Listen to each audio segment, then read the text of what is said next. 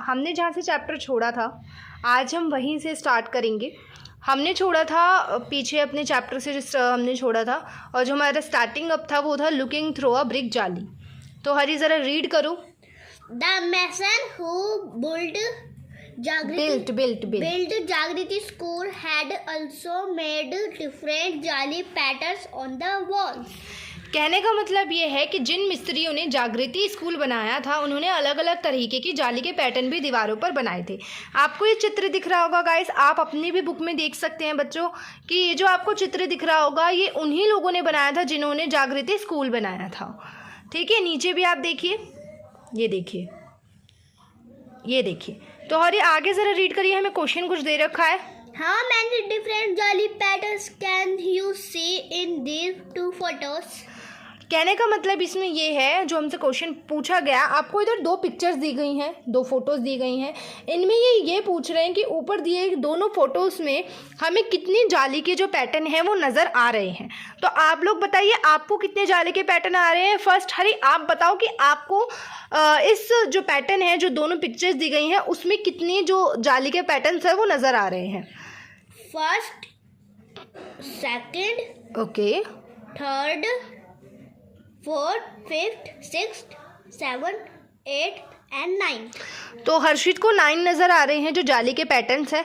आप बताइएगा आपको कितने नज़र आए। तो हरी उधर 9 लिख दीजिए ज़रा आंसर में, 9। आगे स्टार्ट करते हैं, हरी रीड करो।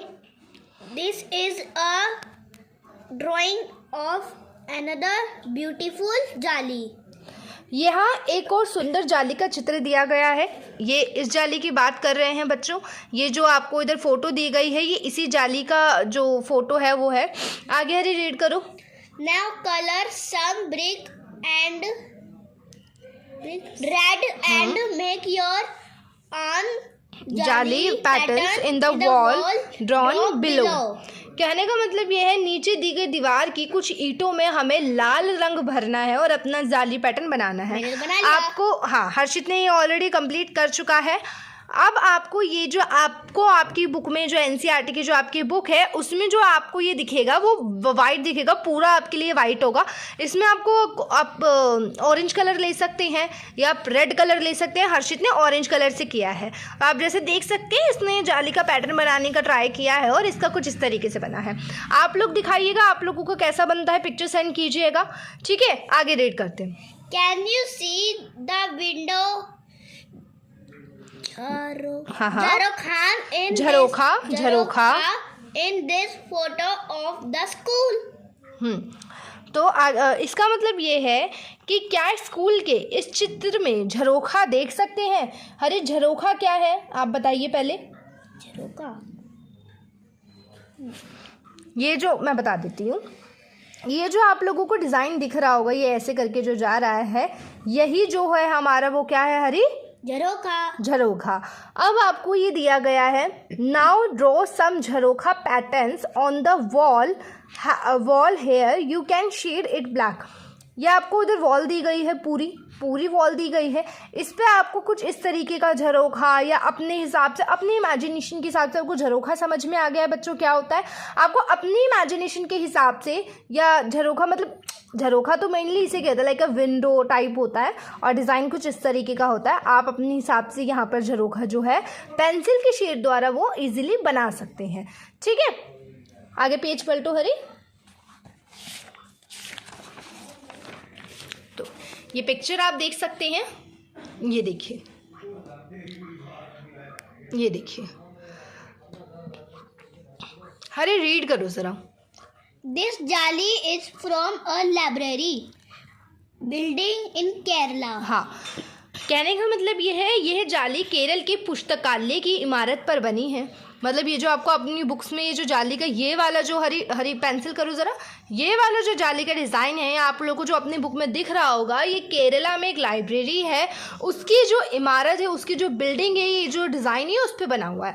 हरी आगे रीड करो। See how the edge of the brick is used to make a triangle in the wall. ठीक है, ध्यान से देखो कि ईंटों के कोने से किस प्रकार के दीवार में त्रिभुज बनाया गया है। एजेस एजेस इधर बताया गया है। एजेस का मतलब कोने होता है, ट्रायंगल का मतलब त्रिभुज होता है। ठीक है, बाकी अगर आपको किसी और वर्ड का मतलब नहीं समझ में आ रहा है तो प्लीज़ कमेंट ज़रूर कीजिएगा ताकि मैं बता पाऊँ। ठीक है, या आपको इधर कोना दिख रहा होगा, ज़रा पेंसिल से बनाकर दिखाओ। ये देखो ट्रायंगल आपको बनकर दिख रहा होगा, अपनी बुक्स में भी देखिएगा। ठीक है, ये डिज़ाइन दिख रहा होगा। और फिर अगर हम नीचे आते हैं तो पेड़ के पास भी ऐसे ही कुछ डिज़ाइंस बनाए गए हैं। आगे रीड करते हैं, ज़रा आगे क्या दिया गया है। Have you seen brick that look like triangles? Look at the brick around the tree in this photo. क्या तुमने कभी ईंटों से बनी त्रिभुज की आकृति को देखा है? इस चित्र में पेड़ के आसपास लगी ईंटों को देखो। ये देखो, जो ये आपको पिक्चर दिख रही है, इसमें आपको इसी तरीके के जो डिज़ाइन है वो बनाए हुए गए हैं, ईंटों द्वारा ही बनाए गए हैं और कितने सुंदर लग रहे हैं ये डिज़ाइन। वाओ। ठीक है, आगे रीड करते हैं हरी। Do you see the arch in this photo? आगे मैं आर्च का मतलब बताऊंगी। This is from a school in Faizabad. Find out. Look for other arches around you and draw them. क्या इस चित्र में तुम्हें आर्च का मतलब होता है मेहराब नजर आ रही है? यह चित्र फैजाबाद के एक स्कूल का है। पता करो अपने आसपास और मेहराब ढूंढो और उनके चित्र बनाओ। मैं आपको बता देती हूँ आर्च यानी कि मेहराब क्या होता है। मेहराब, ये देखिए हरी, ज़रा पेंसिल से मुझे पेंसिल दीजिए। ये देखिए, ये जो आपको डिज़ाइन, ये गोलाई कार में आपको ये जो डिज़ाइन दिख रहा होगा, आपने कभी इंडिया गेट गए होंगे तो इंडिया गेट में लेफ़्ट एंड राइट साइड पे दो खंबे बने होते हैं। उन खंबों के ऊपर कुछ इसी तरीके का डिज़ाइन बना होता है। इसी को हम आर्च या मेहराब कहते हैं। ठीक है, तो हमसे जो क्वेश्चन पूछा गया वो ये है, तुमने और कहाँ अपने आसपास और मेहराब ढूंढो और उनके चित्र बनाओ। हाँ, आपको जो काम करना है वो क्या करना है, आपको अपने आसपास जो मेहराब है उन्हें ढूंढना है और अपनी ड्राइंग बुक में उनकी जो है वो ड्राइंग करनी है कि आपको जो मेहराब थे यानी जो आर्चेस थे वो कहाँ दिखे। आगे रीड करते हैं, हरी पढ़ो। Have you seen arches in a bridge? When else have you seen an arch?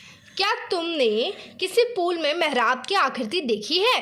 तुमने और कहाँ कहाँ मेहराब देखी? तो हर्षित ने नहीं देखी थी तो उसने नो लिखा है। अगर आप लोगों ने ऐसा कुछ डिज़ाइन देखा हो जिस तरीके का इसमें दिखाया गया है तो ज़रूर बताइएगा कि आपने ऐसा कहाँ देखा है और क्या देखा था। ये जो भी है आप अपनी बुक में लिख सकते हैं जितना आपको स्पेस दिया गया। आगे रीड करते हैं। A special arch in this photo from Orcha. See how the arch is made. It has a nice name. घूंघट वाली मेहराब। मैं बता देती हूँ ये चित्र ओरछा से लिया गया है। देखो इसमें मेहराब की बनावट कैसी है, इसका नाम भी बहुत अच्छा है, घूंघट वाली मेहराब। ये देखिए, आप अपनी बुक में भी जब इस डिज़ाइन को देखेंगे आपको दिखेगा कि इसका नाम घूंघट वाली मेहराब ही क्यों रखा गया है, क्योंकि इसका जो डिज़ाइन है कुछ इस तरीके का है, कुछ इस तरीके से हटके दिखाया गया है। इस डिज़ाइन को जैसे हरी दिखा रहा है आपको, उसी को इन्होंने घूंघट वाली मेहराब बोला गया। और ये चित्र कहाँ से लिया गया हरी? ओरछा से लिया गया ये चित्र। आगे page पलटते। Isn't the jali of this window beautiful? It is made of thin brick. Have you ever seen thin brick? Look around. ठीक है, मैं बता देती हूँ इसका मतलब क्या है। इज़ नॉट जाली ऑफ दिस विंडो, ये इस खिड़की की जाली सुंदर है ना, यह पतली ईंटों से बनाई गई है। क्या तुमने कभी पतली ईंटें देखी हैं? आसपास देखो। मैं बताती हूँ थिन ब्रिक्स का मतलब, थिन का मतलब इसमें हमें पतली बताया गया है। ठीक है, मतलब कहने का मतलब ये है, ये जो घूंघट वाली मेहराब का ये जो डिज़ाइन है, ये जो बिल्कुल थिन ब्रिक्स होती हैं ये उससे बनाया गया है। तो हरी, क्या आपने कभी थिन ब्रिक्स देखी हैं? No. तो हर्षित ने कभी थिन ब्रिक्स नहीं देखी। अगर आप लोगों ने थिन ब्रिक्स देखी है तो आप उसमें यस लिख सकते हैं। हर्षित, अभी आप क्या लिखेंगे? No. राइट। तो आगे ज़रा पेज पलटते हैं, हम आगे बढ़ते हैं। ठीक है, आगे रीड कर रहे हो हर्षित? Jamal and Kalu, the mason of Jagriti School, said that their grandfather used many different kinds of brick. Some of these are shown in this photo. ठीक है। जागृति स्कूल के मिस्त्रियों जमाल और कालू ने बताया कि उनके दादाजी कई अलग अलग तरह की ईंटों का प्रयोग किया करते थे। कुछ को चित्र में दिखाया गया है।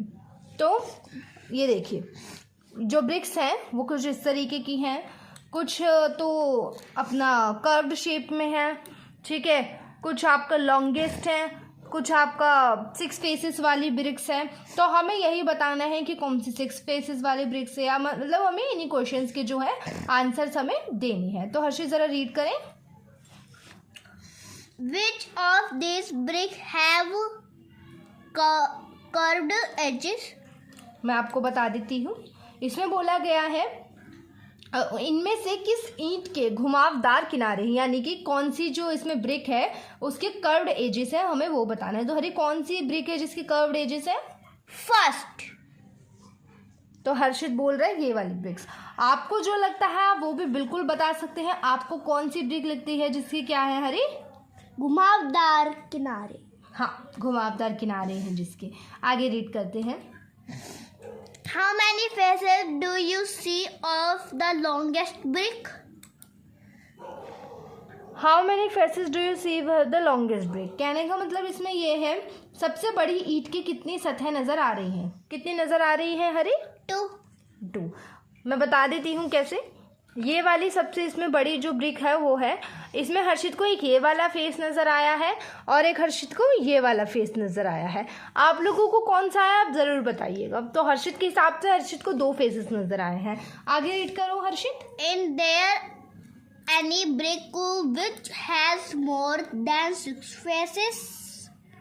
कहने का मतलब इसमें ये है, जो अगला हमसे क्वेश्चन, क्या कोई ऐसी ईंट भी है कि क्या कोई ऐसी ब्रिक भी है जिसकी 6 से अधिक सतहें हैं?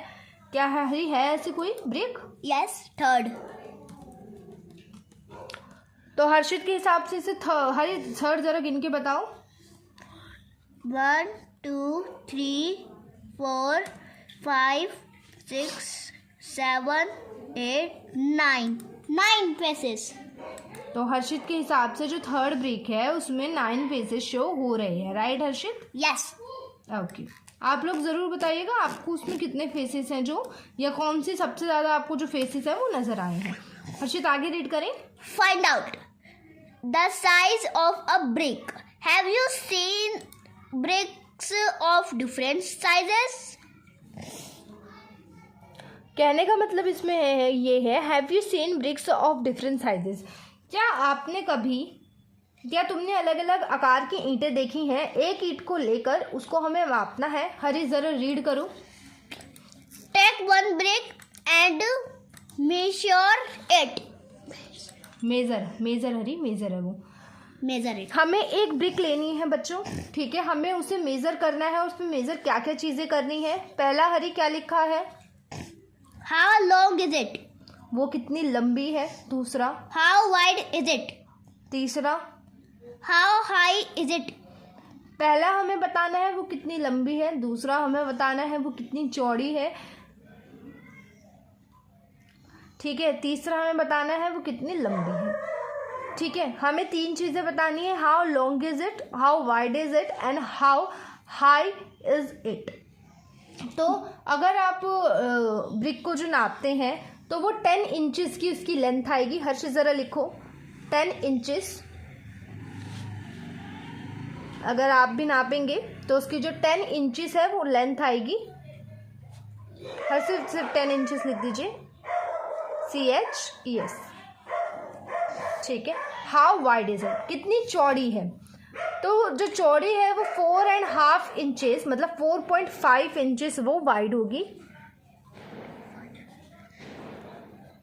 ठीक है, उसकी हाइट पूछी गई है ब्रिक की, वो होगी 3 इंचेस।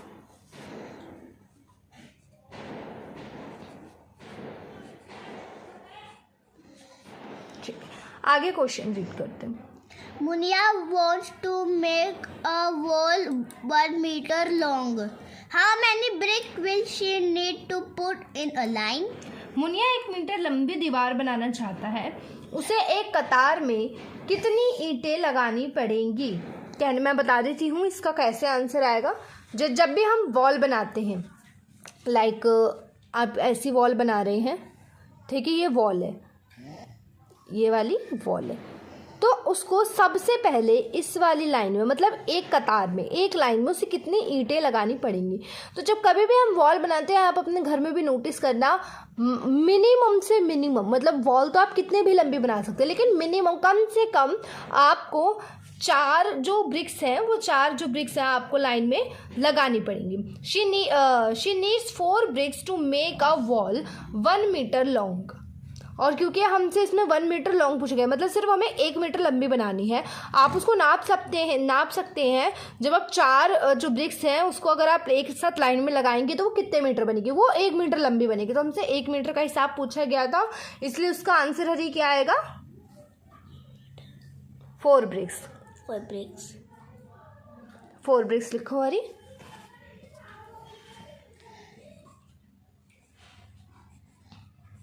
ठीक है, आगे रीड करते हैं हम।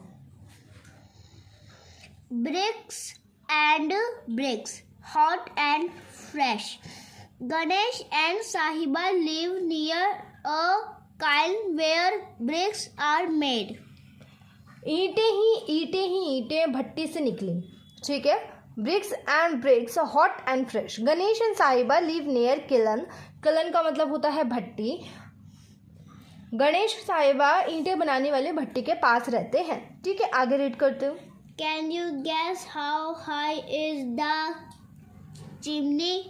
Here is it. क्या तुम अंदाज़ा लगा सकते हो ये चिमनी कितनी ऊंची होगी? मतलब जो चिमनी है जिसमें से धुआं निकलता है, हम सब जानते हैं कि चिमनी हरी क्या होती है, जिसमें से धुआं निकलता है। तो उसी चिमनी के बारे में पूछा गया है, क्या वो 15 मीटर है या 5 मीटर है या 15 मीटर है या 50 मीटर है। तो अगर हम भट्टी बनाने वाली चिमनी की बात करें तो वो मैक्सिमम से मैक्सिमम 50 मीटर जो उसकी होती है, हाइट होती है, जैसे सी पे टिक किया गया है। तो अगर आप इसको करते भी हैं या अपने किसी बड़े से पूछते हैं तो उसका आंसर 50 मीटर से आएगा, क्योंकि वो कोई नॉर्मल चिमनी नहीं है। वो चिमनी से जो वो धुआं निकलेगा वो ब्रिक्स बनाने वाली जो भट्टी है वहाँ से वो निकलेगा, तो ऑब्वियसली वो बहुत लंबी होगी, तो वो 50 मीटर्स की होगी मैक्सिमम टू मैक्सिमम। हर्षित आगे रीड करें। Ganesh and Sahiba love to look at the pattern of brick in the long lines kept out to dry. They also watch how bricks are made. मैं इसका मतलब बताती हूँ। गणेश और साहिबा को धूप में सुखाई गई ईंटों की एक लंबाई कतार को देखना अच्छा लगता है। वे ईंटों को बनते हुए भी देखते हैं। आगे रीड करें। Here are 4 pictures from the brick kiln. These pictures are jumbled up. Look at them carefully. आपको नीचे ना ABDC 4 पिक्चर्स दी गई हैं आपकी बुक में भी। हमें इसमें जो नॉर्मल है वो सिर्फ इतना करना है कि जो भट्टी है, नीचे ईंटों की भट्टी के 4 चित्र किए, जिससे हमें ना सीरीज वाइज लगाना है। मतलब पहले क्या काम होता है, पहले जैसे हम आटा गूंदते हैं या हम चाय बनाते हैं, तो हमें पता है कि पहले पानी जाएगा, फिर दूध जाएगा, फिर चाय पत्ती, चीनी, उसके बाद हमारी जो टी होती है वो रेडी होती है। ऐसे ही जब हम ईंटें बना रहे हैं, जब हम ईंटें बनाने का काम कर रहे हैं, तो सबसे पहले हम क्या काम करेंगे, फिर उसके बाद क्या काम करेंगे, फिर उसके, तो सबसे पहले हम सी वाला काम करते हैं, जिसमें आपको दिख रहा होगा कि सबसे पहले जो मिट्टी होती है उसको ये लोग खोद रहे हैं। कुछ इंसान दिखाए गए जो मिट्टी को खोद रहे हैं। सबसे पहले सी, ठीक है। उसके बाद आपका आ रहा है डी, जो उसकी ब्रिक्स बना रहा है, ठीक है। फिर आ रहा है आपका बी, जो ब्रिक्स को एक लाइन में लगा रहा है, ठीक है। उसके बाद आपका आ रहा है ऐसे ब्रिक्स को सुखाने के लिए, तो आपका जो सीरीज आएगी वो आएगी CDBA, ठीक है। आगे रीड करते हैं। How do you think a brick is made out of soil dug from the earth? Look at the picture and discuss in group.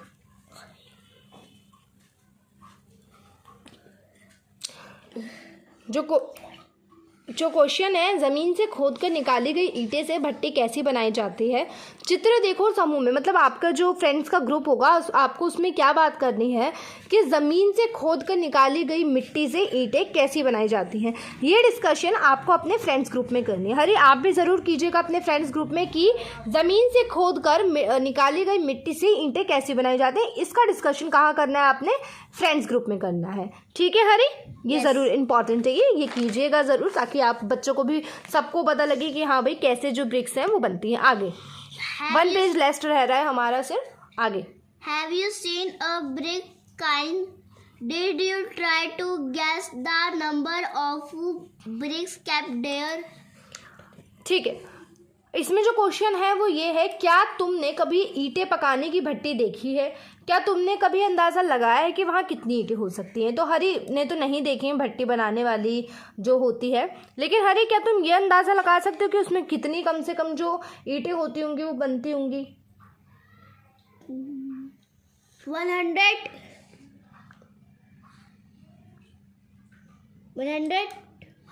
100 नहीं, उससे भी ऊपर, कम से कम 1 लाख तक जो उसमें होती होंगी वो ब्रिक जो बनती होंगी। आगे रीड करते हैं। There are many brick kinds in India. Thousands of them. More than 100,000. Can you imagine how big this number is? This number is also called 1 lakh.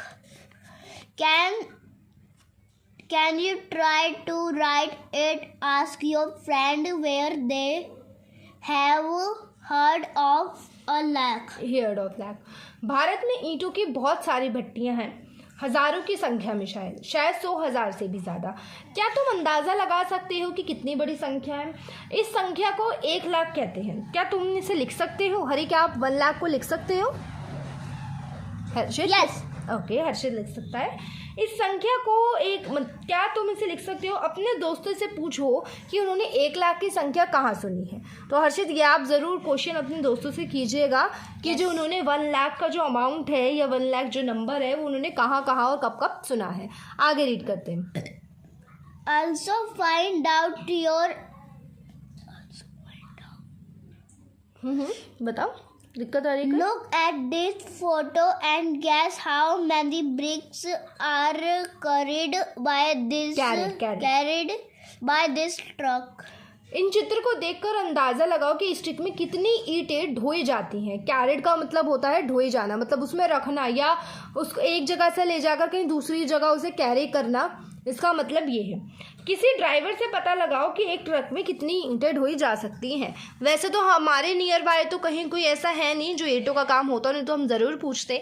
अगर आप लोगों के घर के कुछ ऐसे आसपास है कि ईंटें का काम होता है और ईंटें ढोई जाती हैं, तो आप लोग ज़रूर पूछिएगा उनसे कि कम से कम एक ट्रक में कितनी ईंटें आती होंगी। आगे क्वेश्चन पढ़ते हैं। Mental math. Bhajan buys bricks. Bhajan went to buy brick. The price was given for 1,000 bricks, and price were also different for different types of bricks. ठीक है, मैं बताती हूँ। भजन ईंटें खरीदने गया। भजन एक मैन है जो ईंटें खरीदने गया, तो उससे पता चला कि ईंटों की कीमत हमेशा 1,000 ईंटों के हिसाब से होती है। ठीक है, अलग अलग ईंटों के हिसाब से कीमतें भी अलग अलग होती है। मतलब कहने का मतलब ये है, आगे जैसे कि हम रीड करते हैं कि अगर आप ओल्ड ब्रिक्स लेते हो तो वो 1200 रुपये प्रति 1000 ईंटें हैं। मतलब आपको 1000 ईंटें 1200 में मिल जाएंगी पुरानी ब्रिक्स। अरे समझ में आ रहा है? मैं रिपीट कर देती हूँ तेरे लिए। पुरानी ईंटें 1200 रुपये मिलती हैं, मतलब 1000 ईंटें आपको 1200 में मिल जाएंगी। नई ब्रिक ईटापुर की नई ईंटें 1800 रुपये प्रति 1000 ईंटें। विक्रमाबाद की नई ईंटें 2000 प्रति 1000 ईंटें। अब आप मुझे रिपीट करो कि पुरानी ईंटें कितने हजार, मतलब कितनी मिलती हैं और कितने रुपए में? पुरानी ईंटें 1200 रुपए की मिलती हैं। इंटापुर में नहीं 1200 में कितनी ईंटें मिलती हैं? 1000। Very good. आगे और इंटापुर की नई ईंटों में 1800 में 1000 ब्रिक्स मिलती वेरी हैं। शाबाश। आगे। न्यू ब्रिक फ्रॉम ब्रिकाबाद की नई ईंटें 2000 रुपये मिलती हैं और 2000 रुपये में हमको 1000 मिल सकती हैं। मिल सकती नहीं, मिलती हैं। ठीक है, आगे रीड करो। ये क्वेश्चन है, अच्छे से रीड करना। Bhajan decided to buy 2 new brick from Brickabad to he bought 3000 brick. How much did he pay? हर क्वेश्चन समझ में आया आपको? क्या मैं रिपीट करूं? Yes. मैं कर देती हूँ। भजन ने बिकराबाद से नई ईंटें खरीदी हैं, खरीदना तय किया है कि वो बिकराबाद की नई ईंटें खरीदेगा। सबसे पहले हम क्वेश्चन तोड़ देते हैं। हम ये जानते हैं कि बिकराबाद की नई ईंटें कितनी हैं और कैसे रुपए जो हैं। बिकराबाद की नई ईंटें बताओ हर्षित। बिकराबाद की तो 2000 रुपये की मिलती हैं ईंटें। कितनी? 1000 ईंटें मिलती हैं 2000 रुपये में। आगे क्वेश्चन में है, उसने 3000 ईंटें खरीदी हैं, उसको कितने पैसे दिए होंगे उसने? वो 6000। ओके, सो हर्षित का आंसर 6000 आया है। आप लोग बताइएगा कि आप लोगों के जो आंसर है वो कितने आए हैं।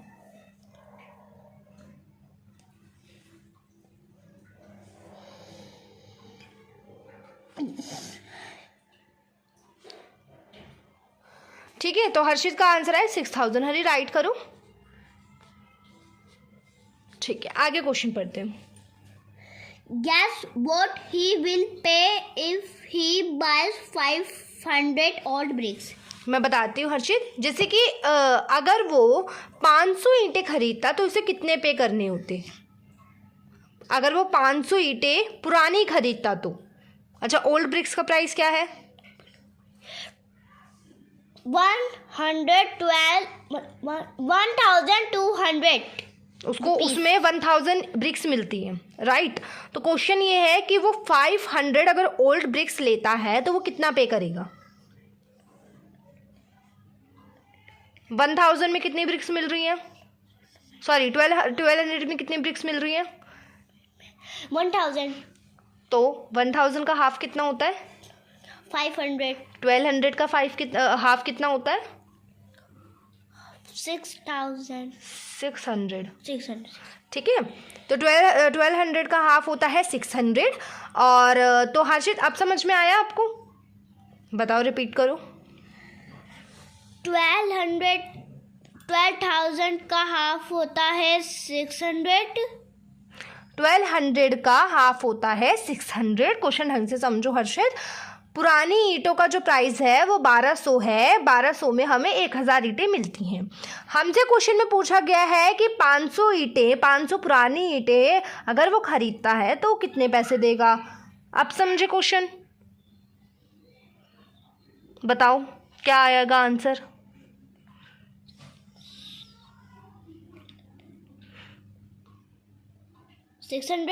कैसे, ये भी समझाओ।